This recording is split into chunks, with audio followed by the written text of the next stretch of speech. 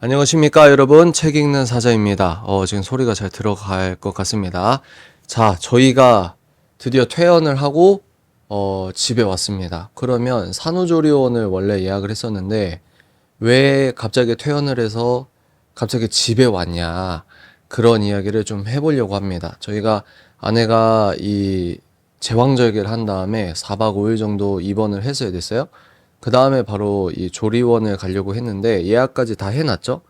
근데 4박 5일 중에 첫째 날은 제가 말씀드렸듯이 아이를 안 줬고 병원에서, 그리고 이틀째부터 산모가 원하면 이제 모자 동실이 뭐냐면, 아직 아이를 안 갖거나 결혼 안 하신 분도 있을 테니까 산모와 아이가 같은 공간에 계속 있게 하는 거, 이런 거예요. 그래서 24시간 모자 동실을 이제 저희가 요청을 했고 이틀째부터 계속 있었습니다. 근데 이제 계속 있다가 병원이니까 아이가 정기 검진이나 소아과 검진이나 이런 아이 스케줄이 있을 때만 다시 신생아실에 갖다 드리고 계속 같이 있었어요. 그래서 3박 4일 동안 아이와 같이 있었고, 어제 이제 퇴원할 때 이제 아내가 쭉 얘기할 건데, 이 황달 수치가 아슬아슬하다 이래서 그냥 데리고 오려고 했는데 병원 측에서는 입원을 전제로 얘기를 하더라고요. 그래서 하루 정도 입원했다가 저희만 먼저 퇴원하고, 다음 날에 이제 이게 바로 다음 날이거든요. 저희가 오전에 병원에서 이제 수치가 괜찮다 해서 아이를 오전에 데리고 바로 집으로 왔습니다. 그러면 왜 저희가 모자 동실 이후에 산후조리원을 안 가고 저희가 위약금? 계약금을 날린 거지. 그럼에도 불구하고 왜 그랬는지 아내와 한번 인터뷰를 해보도록 하겠습니다. 지금 아내가 졸려요. 막 이렇게 지금도 이 꿈벅꿈벅 하고 있는데, 지금 아내 품에는 우리 아이가 있습니다. 하온이가 있고. 한번 아내님 쭉 한번 말씀해 보십시오. 어떤 거예요? 어, 모자 동실에서 느낀 거, 아, 그리고 뭐 쭉 왜 산후조리원을 취소했는지. 아, 그러니까 제가 원래는 이제 아기를 갖고 나서 사실은 자연분만 하고 싶다고 했잖아요. 근데 그거에서 이제 가장 큰 거는 이제 다 아마 그 여자분들이면 모유 수유를 잘 하고 싶다. 왜냐면 아기한테 좋은 면역력을 줄 수 있으니까. 그래서 그렇게 이제 꿈꾸는 부분이 있는데 이제 각자의 사정에 따라서 이제 하시는 분들도 있고 아니면은 상황이 안 돼서 여건이 안 돼서 안 하시거나 못 하시는 분들도 있는데 어쨌든 저는 이제 하려고 했던 거죠. 근데 가장 중요한 게 아기를 낳고 나서 바로 아기에게 이렇게 모유 수유를 하는 게 되게 중요하대요. 그 면역력적으로도. 그래서 이제 그거를 이제 생각을 했는데 전 제왕절개였던 거죠. 그래서 아기 모유 수유가 힘든 부분이지만 그래도 이제 최대한 빨리 아이를 데리고 오자라고 해가지고 아이를 계속 데리고 있었어요. 근데 이제 뭐 병원에 계신 분들도 그뭐 뭐냐 그 간호 선생님들이나 아니면 뭐 거기에 이제 모유수유를 도와주시는 선생님들도 아 힘들다 산모 쉬어야 된다 이런 얘기를 진짜 많이 들었거든요. 아 그렇게 무리하지 마세요. 다 집에 가면 해요. 이러면서 무리하지 마세요. 산모가 쉬어야 돼요. 이런 얘기를 계속 들었는데 이제 그러니까 저도 약간 기세가 자꾸 꺾이잖아요. 그래가지고 자꾸 그리고 더군다나 제왕절개를 한 상황이라서 첫째 날, 둘째 날에 애기 이미 분유를 먹었던 상황이고 이제 분유를 먹는다는 건 이제 그래도 제가 모유수유 할 수 있는 것보다 더 많은 양을 먹었다 보니까 저도 계속 흔들리는 거죠. 아, 이걸 포기해야 되나? 난 안 되나? 근데 이제 오빠가 옆에 사장님이 옆에서 계속 할 수 있어. 그런 거에 흔들리지 마. 말면서 해외는 다 모유수유 할 수 있는 당연한 건데 우리나라만 이제 쉬어야 된다라는 그런 게 있으니까 그냥 너가 하고 싶은 대로 이제 하라고. 그런데 여기서 우리 담당 의사 선생님 얘기를 해야 돼. 아, 그치, 그치. 아내가 흔들려요. 그리고 병원에 있으면 흔들릴 수밖에 없어요. 이 여건이. 근데 이제, 저희 이제 10개월 동안 봐주신 선생님이 중간에 들어와서 모자 동실하거나 모유 수유하는 거를 응원을 해줬습니다. 그래서 자기도 의사지만 이 병원에서나 산후조리원에서나 이제 프로그램이 있다 보니까 그런 게 있는데, 그분도 이제 아이를 낳으신 것 같아요. 그래서 저희 진찰 정기 검진 할 때는 그렇게 얘기 안 하시다가 이제 우리가 아기를 낳고 그쵸. 저희가 의지가 있는 걸 보고 이제 조심스럽게 응원을 해주셔서 그때 힘이 많이 됐고, 맞아요. 음, 그때 힘이, 왜냐면 분유를 안 먹이면 탈수한다. 저희가 분유 아예 안 먹이고 이런 건 아닙니다. 애한테 분유를 먹일 때도 있었고, 이제 모유 수유를 했어요. 그래서 어제 퇴원할 때 아이 몸무게 이렇게 그 소아과 과장님이 말씀해 주시면서 아이 몸무게 딱 보더니 이거 잘 먹이셨다고. 난 그게 되게 좋았어. 그지? 그러니까 이게 아기가 태어난 다음에 한 10%인가 7%가 몸무게가 자연으로 빠져요. 그러니까 불어있던 것도 빠지기도 하고 그래가지고 잘 먹여야 되는데 이제 그러니까 덜 빠진 거죠. 그래서 잘 먹였다 이렇게 얘기해요. 그래서 저희는 그랬었습니다. 근데 이게 왜 내가 마이크를 했냐? 아, 근데 제가 이제 주요 논지는 그거예요. 첫 번째, 산모의 의지가 있느냐. 그래서 아내는 그 의지가 10개월 동안 자기가 모유 수유와 이런 걸 준비를 했었다. 그리고 두 번째는 이제 제가 계속 환기를 시켜준 거죠. 해외에서는 모유 수유 성공률이 되게 높고 당연히 그렇게 하는 것으로 하는 문화가 있는 걸로 알고 있어요. 물론 아닌 데도 있겠죠. 근데 한국은 이 프로세스가 모유 수유가 성공할 수 없는, 내가 봤을 때 내가 그래. 그래서 3일 4박 5일 동안 분유 먹이고 산후조리원에서 2주 동안 분유 먹이고 그러면 거의 실패한다고 하시더라고요. 그래서 뭐 저희만 맞다 이게 아니고 저희들의 육아관을 말씀을 드리는 겁니다. 그래서 이런 상황에서 제가 아내에게 이제 그러니까 한국의 관점이 이렇게 딱 있는 거 말고 지구적으로 보자. 지구적으로. 그렇게 하면서 아내에게 용기를 좀 줬던 부분입니다. 그러니까 약간 확실히 크리스천이 다른 게 하나님이 그렇게 만드셨잖아요. 그러니까 그 안 믿는 분들 주변에 이제 친구 임산부들이 얘기를 하는 거 보면 뭐 태동도 약간 징그럽다 막 이렇게 하고 그러니까 그게 이제 생명의 신비나 하나님께서 만드신 거에 대한 그게 없다 보니까 모르다 보니까 그렇게 느낄 수가 있는데 저는 약간 모유수유도 애기한테 가장 좋은 걸 주고 싶잖아요. 근데 하나님께서 가장 좋은 거를 이제 엄마에게 주셨고 그걸 줄 수 있을 상황과 여건이 된다면 최선을 다해서 줘야겠다 이런 생각을 한 거죠. 근데 이제 진짜 쉽지는 않더라고요. 우리나라 상황에도 쉽진 않은 것 같아요. 근데 해외는 그냥 제왕절개든 뭐든 그냥 애를 그냥 엄마한테 맡기잖아요. 산후조리원이라는 시스템이 없지. 그렇죠, 그렇죠. 근데 이제 약간 그런 거 제가 수술해서 쉬어야 되는 건 맞는데 아기가 떨어져 있으니까 그러니까. 내 애기인데 보고 싶은데 수술했다고 쉬어야 된다고 물론 이제 상황과 여건이 누워 있을 수밖에 없으니까 이해는 하는데 내가 달라고 하는데도 아기를 안 주니까 아니 뭐 달라고 했는데 안 주고 이건 아니었지. 그치 이제 쉬어야 된다. 왜냐면 뭐 움직일 수가 없으니까 그 당연한 건데 그래가지고 약간 이런 게 좀 그랬어요. 산후조리원은 왜 취소하셨죠? 아, 근데 이게 저희가 24시 모자 동시를 하다 보니까 진짜 힘들거든요. 진짜 힘들었어요. 그죠? 우리 잠도 못 자고. 근데, 저는 계속 같이 있었습니다. 예.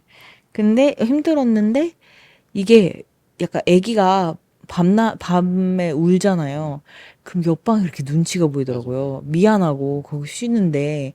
그니까 또 이제 제가 이제 밖에 나갔다가 이제 잠깐 그 병실 밖으로 나갔다가 들어오는데 우리 아기가 울고 있는 거예요. 근데 이렇게 지나다니면서 운동하는, 그러니까 그 제왕절개 하면 이제 걸어 다녀야 되잖아요. 복도를 걸어 다니는 한 부부가 아기 소리가 들리네 이러는 거예요. 그래서 다 들리는구나. 그래서 더 이제 민폐에 안 끼치려고 조심을 하다 보니까 근데 이제 우연히 이제 어떤 분의 이제 말을 듣고 조리원도 똑같은 거예요. 옆방에 눈치가 보일 거고 거기서 어쨌든 24시 아기를 본다는 것 자체는 그러니까 환경이 뭔가 밥 주고 뭐 이런 건 있겠지만 크게 그냥 집으로 빨리 오는 게 낫지 않나 이런 생각이 들어서 좀 더 마음 편하게 저의 환경 안에서 아기를 또 키우는 게 낫지 않나 이런 생각을 했고 네.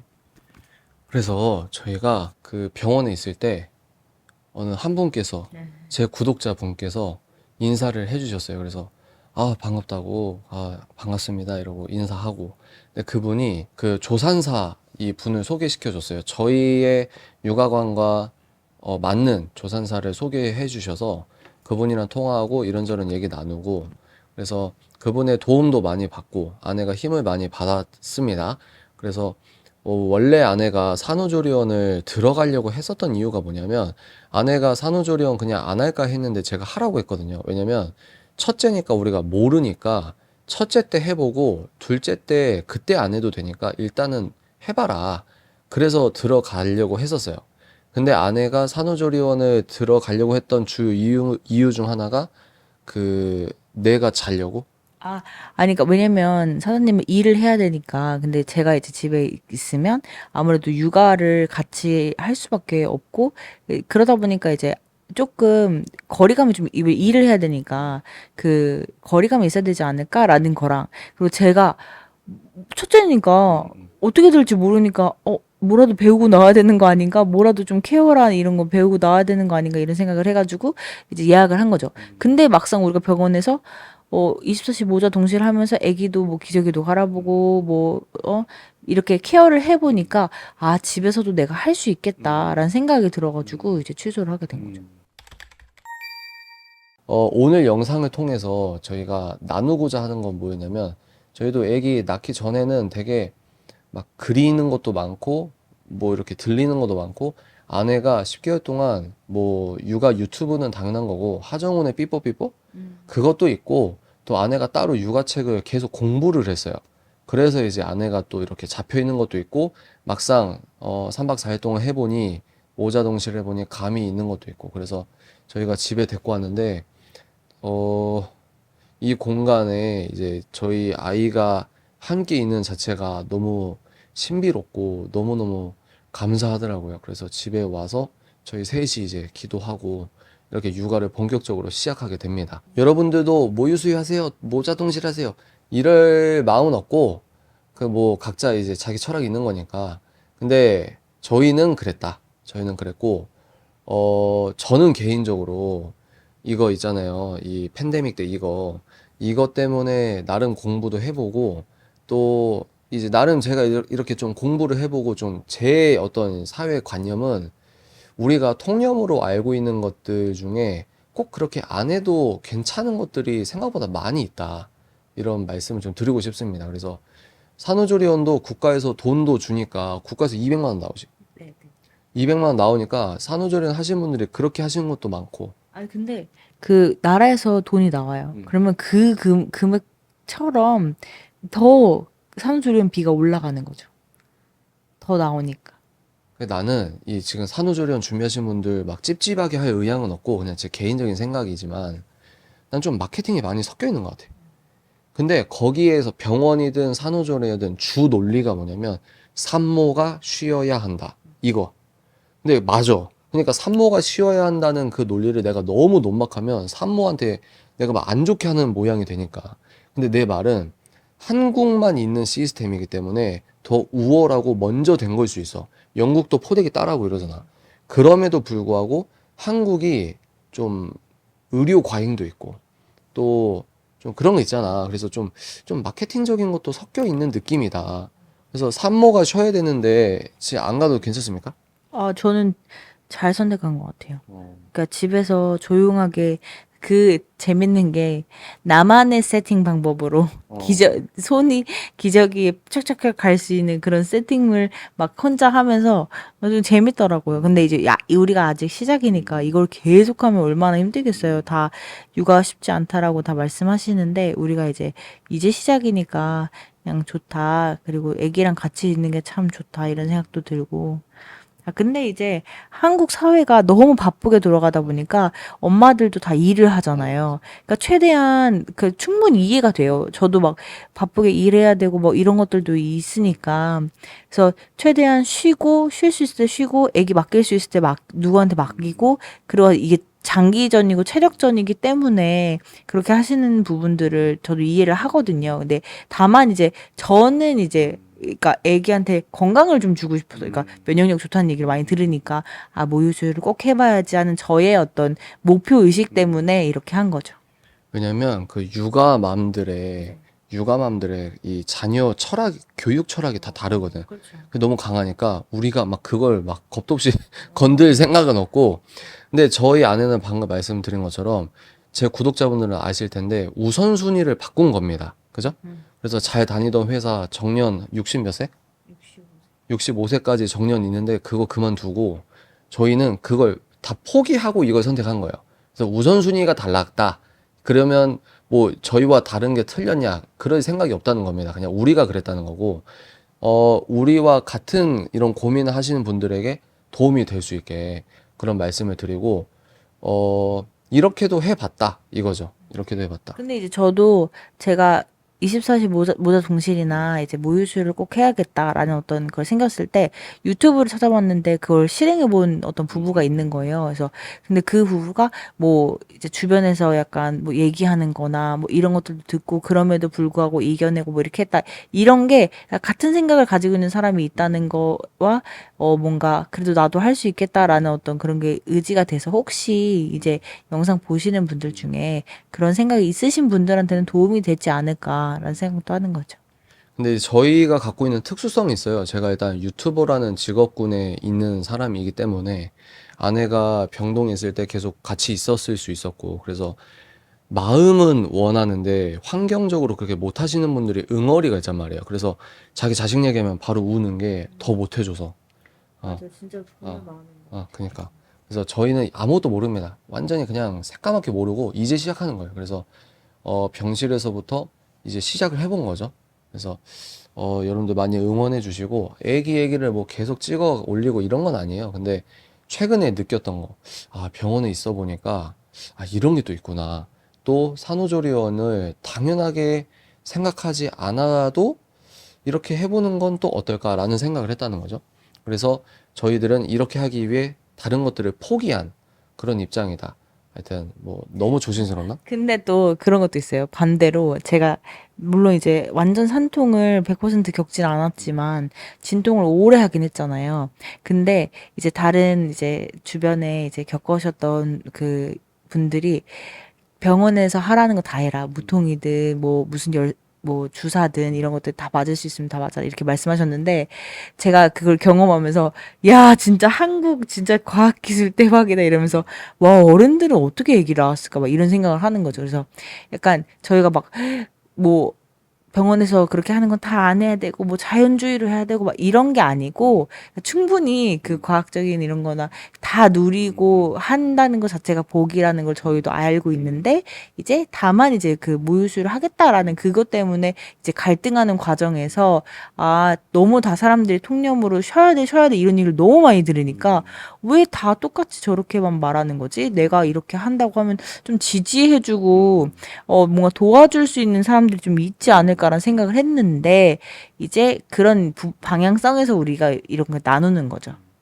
그래서 제가 자주 아내한테 얘기하는 게 독일 의료계 얘기를 해줬어요.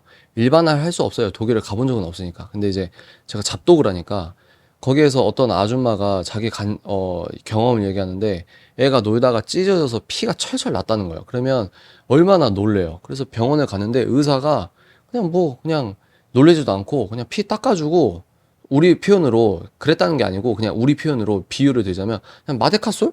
소독약 바르고 끝났대요. 그러면서 애들은 그냥 그렇게 크는 거다. 그러니까 우리 국경 안에서 너무 당연하다고 생각하는 게, 물론 독일이 다 맞다 이건 아니지만, 우리 국경 안에서만 이 통념적으로, 문화적으로 맞다고 생각하는 게 진짜 그것만이 정답이지 않을 수 있지 않냐.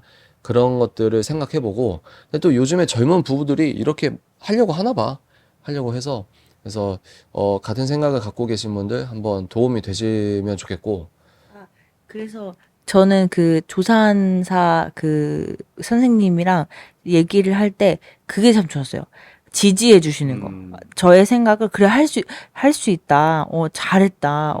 이렇게 말해 주시는 게 약간 한 사람의 지지를 얻는 게 되게 힘이 되더라고요. 그래서 그런 것들이 좀 병원에서 좀 부족하지 않았나 이런 생각도 하고. 그러면 사실 하나 말해도 돼요. 아기를 난 다음에 다음날 몸무게를 재면 1kg도 안 빠져 있습니다. 진짜 충격받았어요. 그래서 간호사 선생님한테 아니 어떻게 애가 나왔는데 키로수가 안 빠지나요? 그랬더니 그게 이제 그 수액을 많이 맞아서 불어서 그렇대요. 근데 이제 좀 지나니까 빠지더라고요. 그래서 그 엄마들 사이에서는 네. 자연분만 한 분들이 약간 계급이 올라간 것 같은. 근데 이해가 돼. 그렇지. 남자들 군부심이랑 비슷하나? 이 생각에서. 자기는 그 상고통을 했는데 자연분만 하신 분들이 이렇게 배를 한 거 하면은 물론 다 아팠지만 너네들은 모른다. 이게 난 그게 자연스럽다고 봐. 맞아. 너무 막 특정하고 이러면 좀 그렇지만 하여튼 저희 수준에서 이렇게 여러분들 재밌게 들어줬으면 좋겠고, 근데 이 육아에 관심 없는 분들은 아예 안 눌러본다는 가정을 하고, 그렇습니다, 여러분. 오늘은 여기까지 하고 또 다음 영상에서 찾아뵙도록 하겠습니다. 안녕.